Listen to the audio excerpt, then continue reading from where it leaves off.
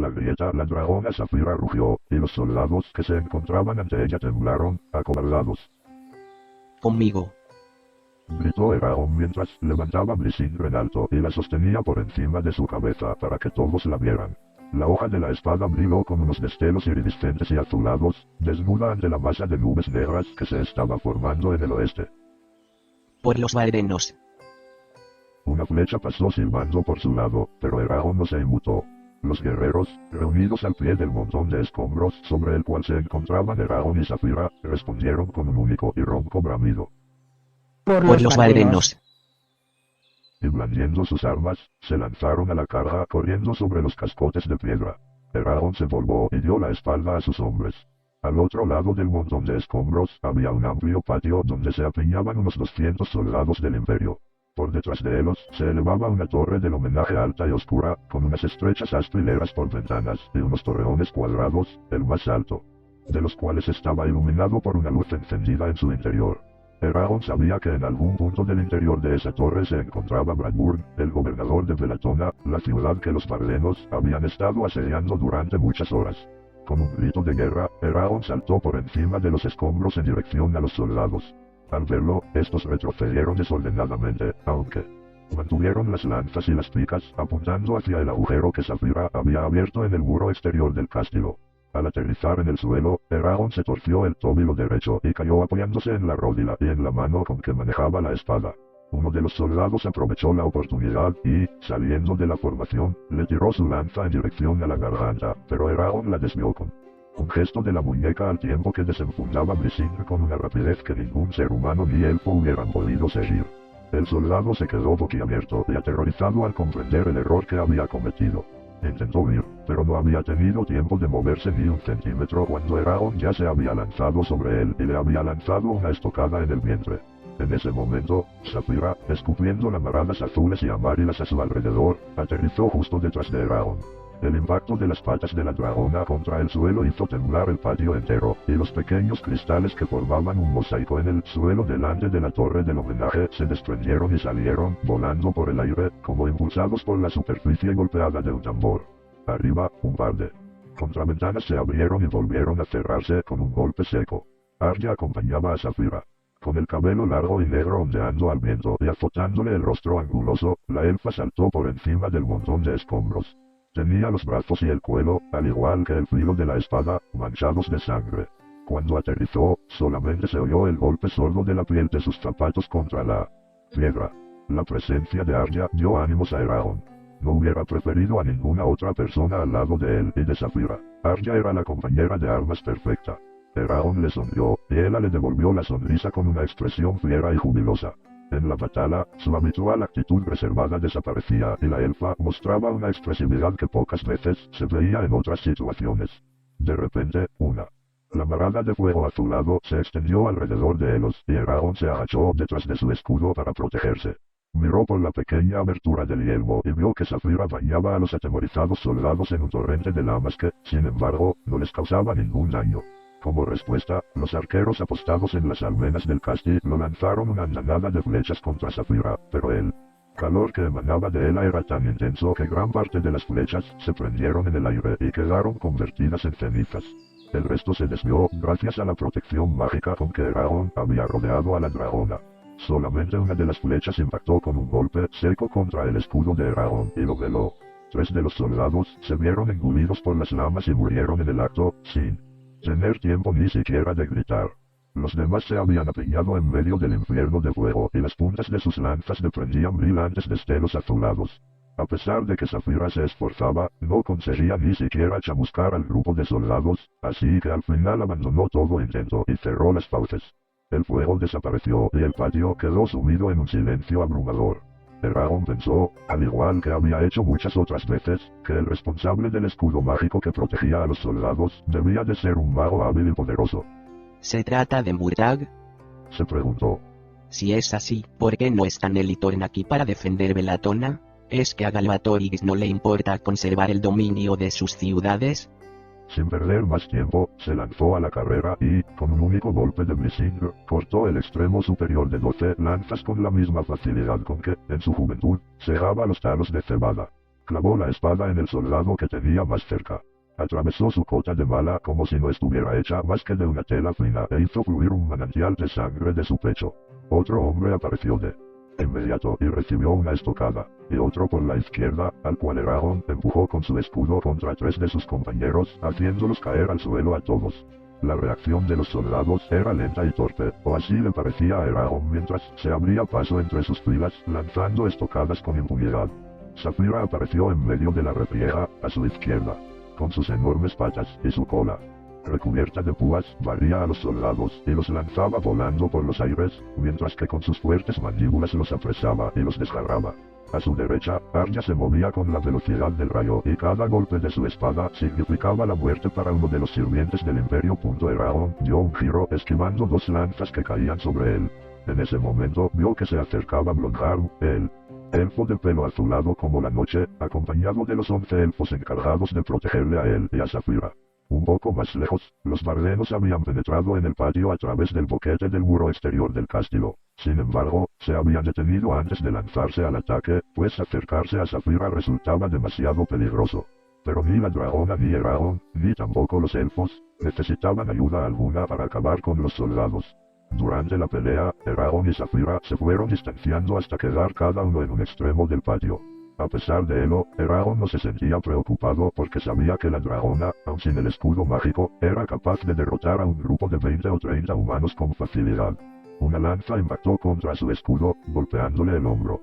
Eragon se giró hacia el soldado que la había lanzado, un hombre grande y lleno de cicatrices al que le faltaban los dientes inferiores, y se lanzó a la carrera contra él.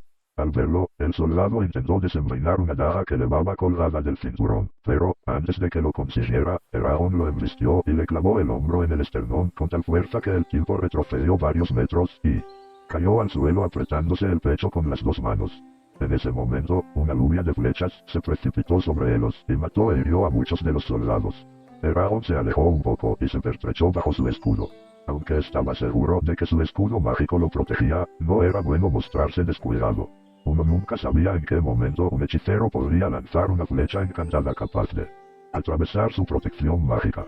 Eragon sonrió con amargura al darse cuenta de que los arqueros habían llegado a la conclusión de que su victoria dependía de que consiguieran matar a Eragon y a los elfos, sin reparar en cuántos de los suyos tuvieran que sacrificar para conseguirlo.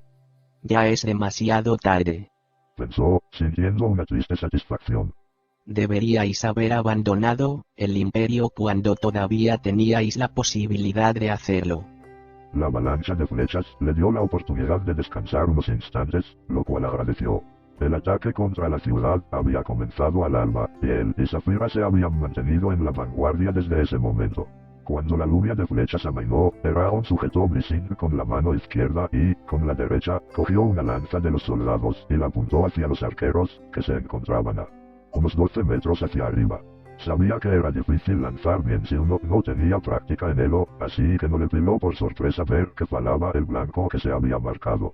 Pero sí se sorprendió al ver que la lanza no acertaba a ninguno de los arqueros que se alineaban en las almenas. La lanza pasó por encima de todos ellos y se rompió al impactar contra la pared del fondo del castillo.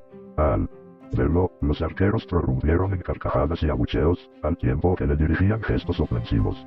De repente, un rápido movimiento a su lado captó su atención. Giró la cabeza justo a tiempo para ver que Arya tiraba su propia lanza contra los arqueros y atravesaba a 2 que se encontraban juntos. Luego señaló a los hombres con su espada y gritó: Brising. Inmediatamente, la lanza se encendió en un fuego de color verde esmeralda.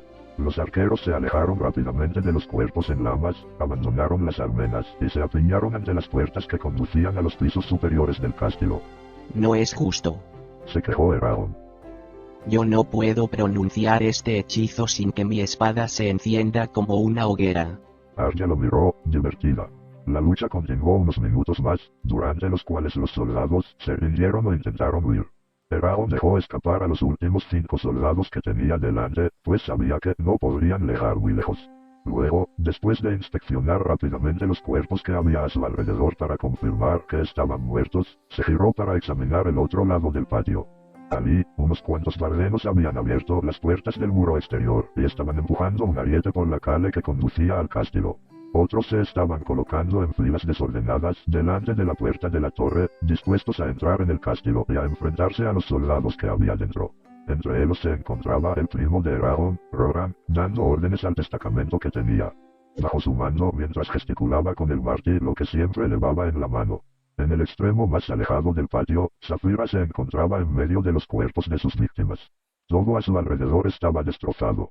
La dragona tenía todo el cuerpo manchado de sangre, y el color rojo contrastaba vívidamente con el azul de alhaja de sus escamas. Levantó la cabeza y soltó un rugido triunfal tan potente y feroz que ahogó el clamor de la ciudad. Entonces se oyó un ruido de arrastre de cadenas procedente del interior del castillo, seguido por el de la fricción de unos grandes troncos de madera. El sonido llamó la atención de todo el mundo hacia las puertas de la torre que, con un bohón hueco, se abrieron de par en par, liberando una densa nube de humo procedente de las antorchas que había en el interior. Los barlenos empezaron a toser y se cubrieron la nariz y la boca. En algún punto de las profundidades de esa oscuridad, retumbaron unos cascos metálicos contra el pavimento de piedra. Al cabo de un instante, un caballo montado por un jinete apareció en el centro de la humareda. Con la mano izquierda, el jinete sujetaba un arma que a Eragon primero le pareció una lanza común, pero pronto se dio cuenta de que estaba hecha de un extraño material de color verde y de que su hoja de púas tenía un diseño desconocido. Un halo difuso rodeaba la punta de la lanza, y esa luz innatural delataba la presencia de magia. El jinete tiró de las riendas e hizo que el caballo se colocara mirando hacia Saphira, quien, al verlo, ya empezaba a desplazar el peso de su cuerpo sobre sus patas traseras, preparándose para lanzar uno de sus terribles y mortales zarpazos con las patas delanteras. Eragon se alarmó seriamente. Ese jinete se mostraba excesivamente seguro de sí mismo, y su lanza era demasiado rara e inquietante. A pesar de que el escudo mágico protegía a Saphira, estuvo seguro de que la dragona corría un peligro mortal. No podré llegar a tiempo hasta ella, Pensó. Decidió concentrarse en contactar con la mente de Saphira, pero esta estaba tan aplicada a su tarea que ni siquiera percibió la presencia de Eragon, y el hecho de encontrar su mente tan abstraída solo le permitió conseguir un contacto superficial con su conciencia.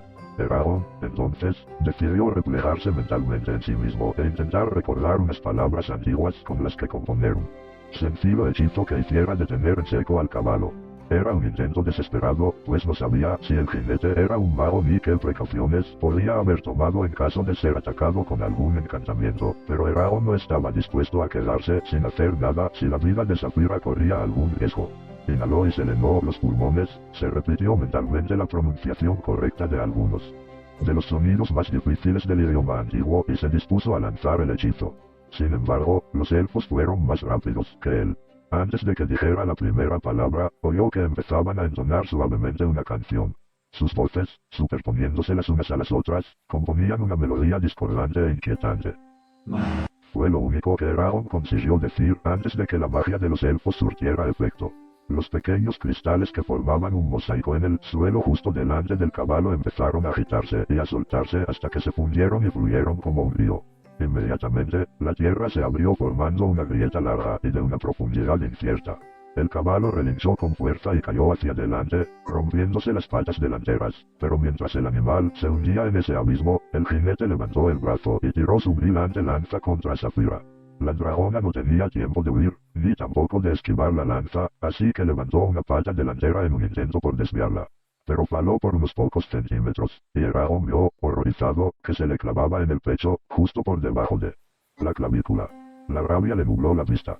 Sin pensarlo, invocó todas las reservas de energía que le quedaban, en su cuerpo, en el zafiro engarzado en la empuñadura de su espada, en los 12 diamantes escondidos en el cinturón de velot del sabio que llevaba en la cintura, y en Aren, el anillo élfico que adornaba su mano derecha, preparándose para aniquilar a ese jinete, sin importarle el riesgo que eso pudiera suponer. De repente, Bloodhound saltó por encima de la pata izquierda de Saphira y aterrizó encima del jinete, como una pantera que cae sobre un venado, y lo tumbó de costado. El elfo ladeó la cabeza y, con un gesto salvaje, desgarró con sus blancos y largos dientes el cuello del hombre. En ese momento se oyó un grito de dolor procedente de una de las ventanas que quedaban encima de la entrada de la torre, y casi al mismo tiempo, se produjo una potente explosión que lanzó un sinfín de bloques de piedra sobre los barlenos, rompiendo piernas y costillas como si fueran ramas secas. Eragon no prestó atención a las piedras que caían sobre el patio y corrió hasta Saphira, casi sin darse cuenta de que Arya y sus guardias lo seguían. Unos elfos que se encontraban cerca de la dragona ya se habían reunido a su alrededor y examinaban la lanza que sobresalía de su pecho. ¿Cómo está? Eragon estaba tan afectado que no pudo terminar las frases. Deseaba comunicarse mentalmente con Saphira, pero mientras pudiera haber algún hechicero enemigo en la zona, no se atrevía a hacerlo por miedo a que sus pensamientos pudieran ser espiados y a que los rivales pudieran dominar su cuerpo. Después de una espera que se le hizo interminable, oyó que Wirden, uno de los elfos, decía: Ya puedes dar las gracias al destino, asesino de sombra. Todos los elfos, excepto Bloodharm, circunspectos como sacerdotes ante un altar, pusieron las palmas de las manos sobre el pecho de Saphira y entonaron una canción que sonó como un susurro del viento entre un bosque filo de sauces. Cantaron al calor y al crecimiento, al músculo y tendón y a la sangre, así como a otros elementos más cercanos. Saphira, con un esfuerzo que debió de ser titánico, aguantó durante todo el ensalmo, pero unos temblores sacudían su cuerpo cada poco. Un hilo de sangre le emanaba del lugar en que tenía la lanza clavada. Bloodharm se puso al lado de Eragon, y este lo miró un momento. El elfo tenía el pelo de la barbilla y del cuello manchado de sangre, lo cual hacía que su habitual color azul noche se hubiera vuelto de un negro opaco. ¿Qué ha sido eso? Preguntó Eragon, señalando las llamas que todavía estaban vivas en la ventana de encima del patio. Bloodharm se lamió los labios un momento dejando al descubierto sus colmillos gatunos antes de responder.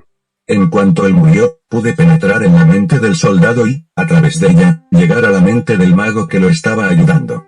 ¿Mataste al mago? En cierta manera, sí. Lo obligué a matarse. En condiciones normales no hubiera recurrido a una estrategia tan teatral y extravagante, pero me sentía exasperado. Eragon dio unos pasos hacia adelante, pero se detuvo en seco al oír que Saphira emitía un gemido prolongado y grave. La lanza que tenía clavada en el pecho empezó a desprenderse sin que nadie la tocara. La dragona abrió los ojos con dificultad y tomó aire de forma entrecortada mientras los últimos 15 centímetros de lanza emergían de su cuerpo. La punta de pinchos, con el halo de color esmeralda, cayó al suelo y rebotó en las piedras del pavimento con un sonido que se parecía más al del latón que al del metal. Los elfos dejaron de cantar y apartaron las manos del cuerpo de Saphira. Sin esperar más, Eragon corrió a su lado y le acarició el cuello. Deseaba tranquilizarla, decirle lo asustado que se había sentido, unir su mente con la de la dragona.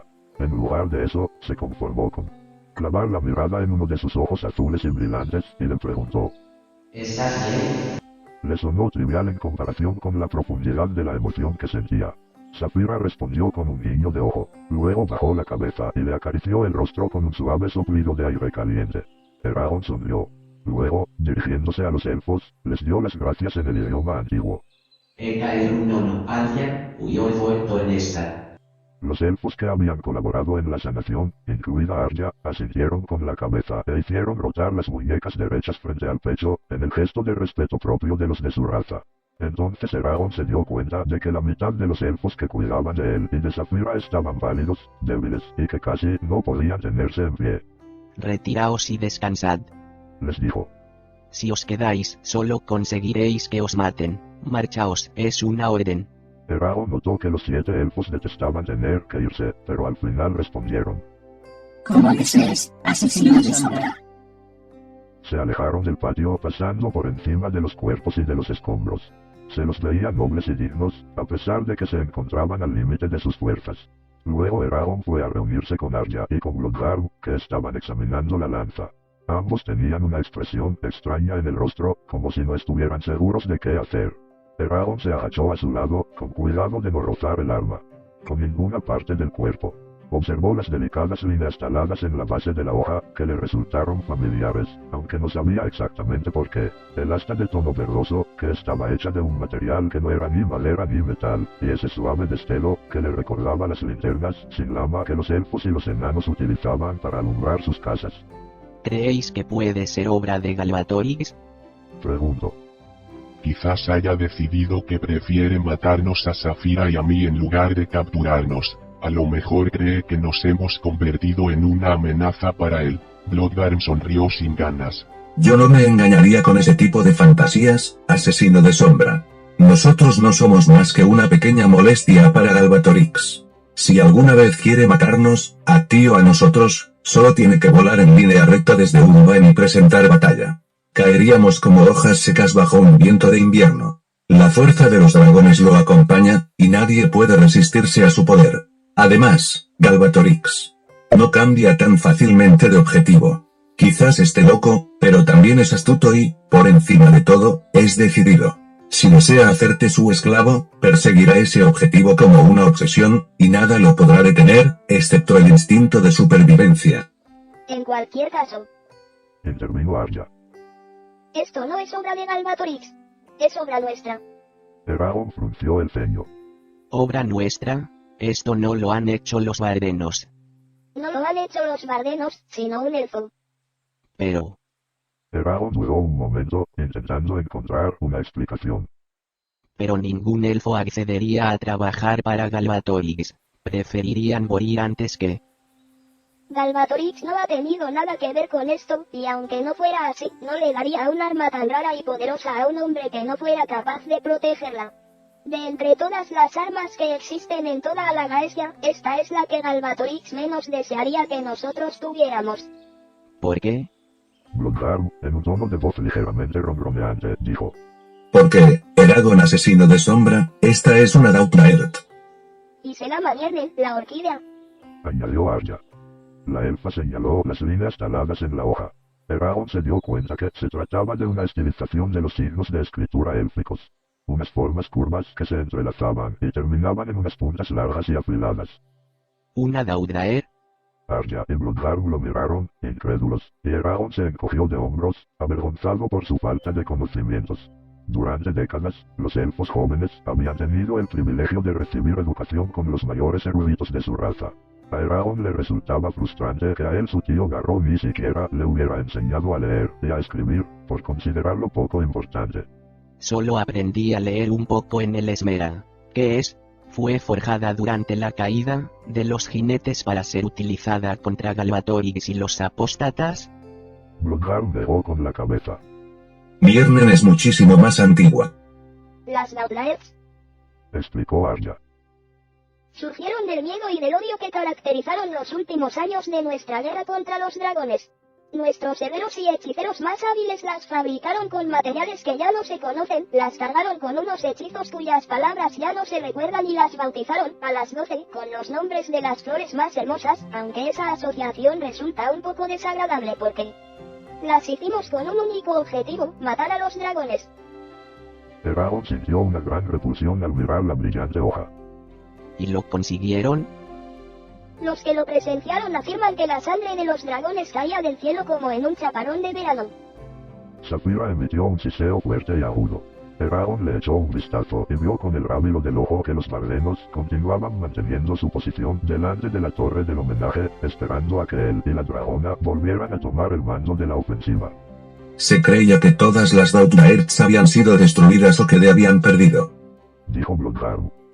Es evidente que estábamos equivocados. Miernen debió de pasar a manos de la familia Valgrave, y ellos debieron de haberla escondido aquí, en Belotona. Supongo que cuando nosotros traspasamos los muros de la ciudad, a Lord Bradburn le faló el coraje y ordenó que le trajeran Miernen del arsenal pensando que así podría deteneros a ti y a Saphira. No me cabe duda de que Galbatorix montaría en cólera si se enterara de que Bradburn ha intentado matarte. Eragon sabía que era necesario darse prisa, pero su curiosidad no le permitió dejar el tema ahí.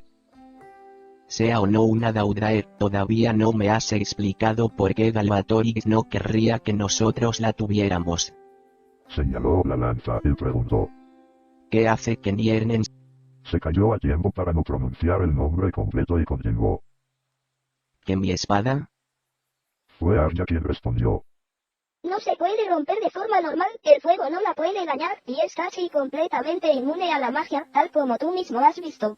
Las Daugnaerts fueron diseñadas para que no las afectara ningún hechizo que los dragones pudieran lanzarles, y para proteger de la misma forma a quien las empuñara, lo cual es sobrecogedor conociendo la fuerza, complejidad y naturaleza inesperada de la magia de los dragones. Aunque Galbatorix se haya protegido a sí mismo y a Sruikan con más escudos mágicos que nadie de Alagaesia, es posible que Miernen sea capaz de atravesar esas defensas como si no existieran. Eragon se mostró lleno de júbilo al comprender qué significaba eso.